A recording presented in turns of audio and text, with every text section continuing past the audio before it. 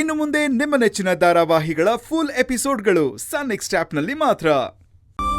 ನಾವೆಲ್ಲ ಅವನ ಬಗ್ಗೆ ಮಾತಾಡದೆ ಇರೋದೇ ಒಳ್ಳೇದು.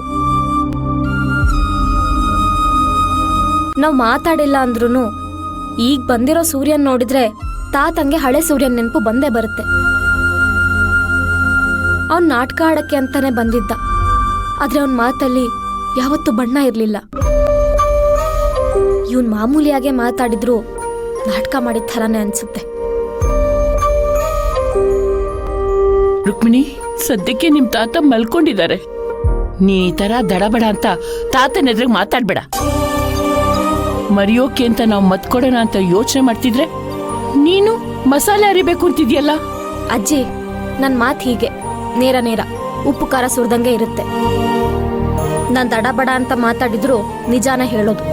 ರುಕ್ಕು, ಸ್ವಲ್ಪ ಬಾಯಿ ಮುಚ್ಕೊಂಡಿರ್ತೀಯಾ?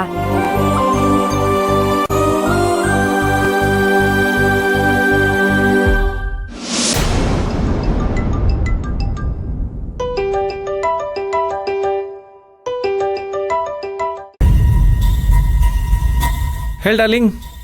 ವಿಷಯ ಗೊತ್ತಾಯ್ತು, ತುಂಬಾ ಬೇಜಾರಾಯ್ತು, ಅದಕ್ಕೆ ಕಾಲ್ ಮಾಡ್ದೆ. ಹೇ, ಟೆನ್ಷನ್ ತಗೊಳ್ಳೋ ಅಂಥದ್ದೇನಿಲ್ಲ. ತಾತ ಸ್ವಲ್ಪ ಡಿಪ್ರೆಷನ್ಗೆ ಹೋಗಿದಾರಂತೆ. ಮಾತ್ರೆ ತಗೊಂಡ್ರೆ ಸರಿ ಹೋಗುತ್ತೆ ಅಂತ ಡಾಕ್ಟರ್ ಹೇಳಿದ್ದಾರೆ. ಏ ಲೂಸು, ನಾನು ನಿಮ್ ತಾತನ ಬಗ್ಗೆ ವಿಚಾರಿಸ್ತಾ ಇಲ್ಲ. ನಿಮ್ ತಾತ ಇದ್ರೆಷ್ಟು ಓದ್ರೆಷ್ಟು, ಅದನ್ನ ಕಟ್ಕೊಂಡು ನಾನೇನ್ ಮಾಡ್ಲಿ?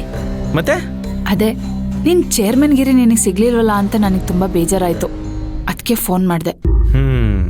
ನಾವು ಕೈ ಇಟ್ಟ ಕೆಲಸ ಎಲ್ಲ ಹಾಳಾಗೋಗ್ತಾ ಇದೆ. ಇದಕ್ಕೆ ಬೇರೆನೇ ದಾರಿ ಹುಡುಕ್ಬೇಕು. ಎಲ್ರು ಹೀಗೆ ಹುಡುಕ್ತಾನೇ ಇರಿ. ನೀನೇನೋ ಚೇರ್ಮನ್ ಆಗ್ಬಿಡ್ತೀಯಾ? ಮನೆಯವರೆಲ್ಲ ನಿನ್ ಮಾತ್ ಕೇಳ್ತಾರೆ. ನಿನ್ನನ್ ಮದ್ವೆ ಆಗಿ ಆ ಮನೆ ಸೊಸೆ ಆಗ್ಬೇಕು ಅಂತ ಏನೇನೋ ಕನ್ಸ್ ಕಟ್ಕೊಂಡಿದ್ದೆ, ಎಲ್ಲ ಫ್ಲಾಪ್ ಆಯ್ತು. ನೀನೇನು ಯೋಚನೆ ಮಾಡಬೇಡ ಡಾರ್ಲಿಂಗ್. ನಾನು ಚೇರ್ಮನ್ ಆಗ್ತೀನೋ ಇಲ್ವೋ ಗೊತ್ತಿಲ್ಲ, ಆದಷ್ಟು ಬೇಗ ನಿನ್ನ ಮದುವೆ ಅಂತೂ ಆಗ್ತೀನಿ. ನನಗೂ ಇಲ್ಲಿ ಒಬ್ಬನೇ ಇದ್ದು ಬೋರ್ ಆಗೋಗ್ಬಿಟ್ಟಿದೆ. ನೀನು ಆವಾಗ ಹೀಗೆ ಫೋನ್ ಮಾಡಿ ವಿಚಾರಿಸ್ಕೊತಾ ಇದ್ರೆ ನನ್ನ ಮನ್ಸಿನ ಬ್ಯಾಟ್ರಿನೂ ಚಾರ್ಜ್ ಆದಂಗೆ ಆಗುತ್ತೆ. ನೀನು ಮನೆಯವ್ರ ಹತ್ರ ಡೈಲಾಗ್ ಹೊಡಿ ಅಂದ್ರೆ ನನ್ನ ಹತ್ರನೇ ಡ್ರಾಮಾ ಮಾಡ್ತಾ ಇದ್ಯಾ? ಇದು ಡ್ರಾಮಾ ಅಲ್ಲ ಡಾರ್ಲಿಂಗ್, ರೊಮ್ಯಾನ್ಸ್. ಬಡ್ಕೋಬೇಕು ನಿನ್ ರೊಮ್ಯಾನ್ಸ್ಗೆ. ನಿನಗೆ ಸ್ವಲ್ಪನೂ ಸೀರಿಯಸ್ನೆಸ್ ಅನ್ನೋದೇ ಇಲ್ಲ. ಹೋಗಿ ಹೋಗಿ ನಮ್ ಡ್ಯಾಡಿ ನಿನ್ನಂತವನ್ನ ಸೆಲೆಕ್ಟ್ ಮಾಡಿದಾರಲ್ಲ, ಥೂ, ಅವ್ರಿಗೆ ಬುದ್ಧಿ ಇಲ್ಲ.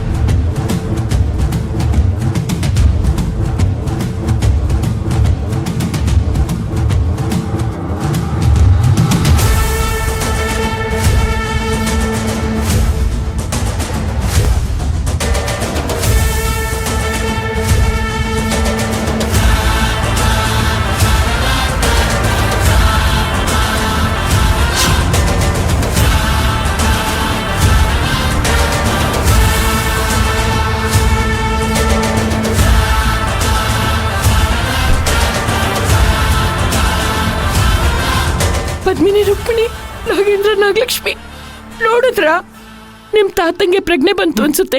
ಕೈಕಾಲು ಆಡಿಸ್ತಿದ್ದಾರೆ. ಹೌದಜ್ಜಿ. ಇವ್ನ್ಯಾಕೆ ಇಲ್ಲಿಗೆ ಬಂದ? ಯಾರು ಬಂದ್ರು? ಕರ್ಣ. ಅದೇ ಸೂರ್ಯ ಅಂತ ಹೇಳ್ಕೊಂಡು ಈ ಮನೇಲಿ ಇದ್ನಲ್ಲ, ನಿಮ್ಮಪ್ಪ ಸೆಲೆಕ್ಟ್ ಮಾಡಿರೋ ಎಕ್ಸ್ ಆಕ್ಟ್ರು.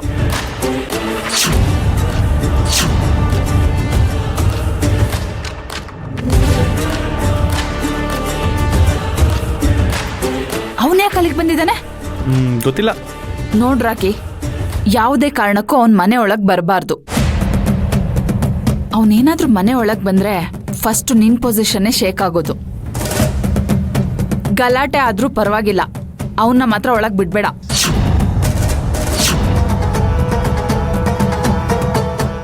ಎಸ್.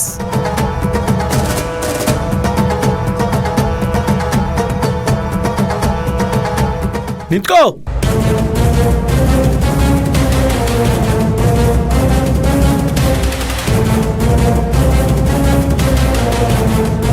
ನೀನ್ ಯಾಕೋ ಬಂದೆ ಇಲ್ಲಿಗೆ?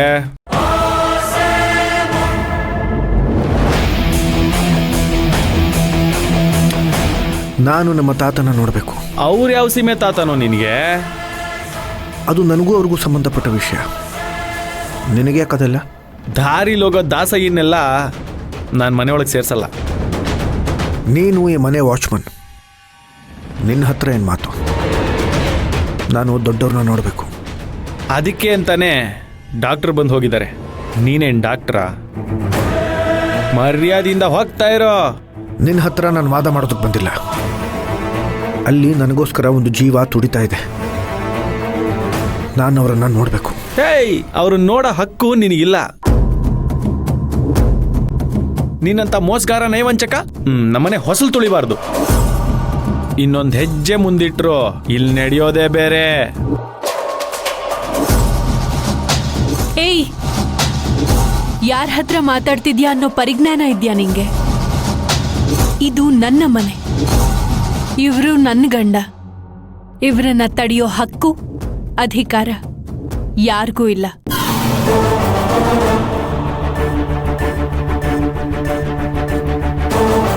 ನಿನ್ನೆ ಮೊನ್ನೆ ಬಂದಿರೋ ನಾಯಿ ನೀನು. ಬಾಯಿಗೆ ಬಂದ್ ಹಾಗೆ ಬೊಗಳಿದ್ರೆ ನಾನ್ ಸುಮ್ನೆ ಇರೋ. ಏಯ್, ನೀನೊಂದು ಹೆಣ್ಣು ಅಂತ ಸುಮ್ಮನೆ ಇದ್ದೀನಿ. ಇಲ್ಲ ಅಂದಿದ್ರೆ ನಿನ್ ನಾಲ್ಗೆ ಸೀಳ್ ಬಿಡ್ತಾ ಇದ್ದೆ. ಯಾಕಪ್ಪ, ಏನಾಯ್ತೀಗ? ಸುರಭಿ, ಸೂರ್ಯ, ನೀವ್ ಯಾವಾಗ ಬಂದ್ರಿ? ಅವನ್ ಯಾವ ಸೀಬೆ ಸೂರ್ಯ ಮಾವ? ಅವನು ಕರ್ಣ. ಇಲ್ಲಿರೋ ಸೂರ್ಯ ಒಬ್ನೇ, ಅದು ನಾನೇ. ವಿಷಯ ಏನೇ ಇರ್ಲಪ್ಪ, ಮನೆಗೆ ಅಂತ ಬಂದವ್ರನ್ನ ಬಾಗ್ಲಲ್ಲಿ ಅಡ್ಗಟ್ಟಿ ಮಾತಾಡ್ಸೋದು ತಪ್ಪು. ನಾನ್ ಕಂಡ್ಕಂಡವ್ರನ್ನೆಲ್ಲ ಒಳಗ್ ಬಿಡೋದಿಲ್ಲ ಮಾವ. ಇವನ್ ಒಳಗ್ ಬಂದ್ರೆ ತಾತನ್ ಪ್ರಾಣಕ್ಕೆ ಅಪಾಯ. ಯಾರಿಂದ ಯಾರ ಪ್ರಾಣಕ್ಕೆ ಅಪಾಯ ಅಂತ ಹೇಳ್ತಿದ್ಯಾ ನೀನು? ನಮ್ಮ ಮಾವ ಅವ್ರಿಗೆ ಜೀವಕ್ಕೆ ತೊಂದರೆ ಆಗಿದ್ದಾಗ ಕಾಪಾಡ್ದೋ ನೀವನು.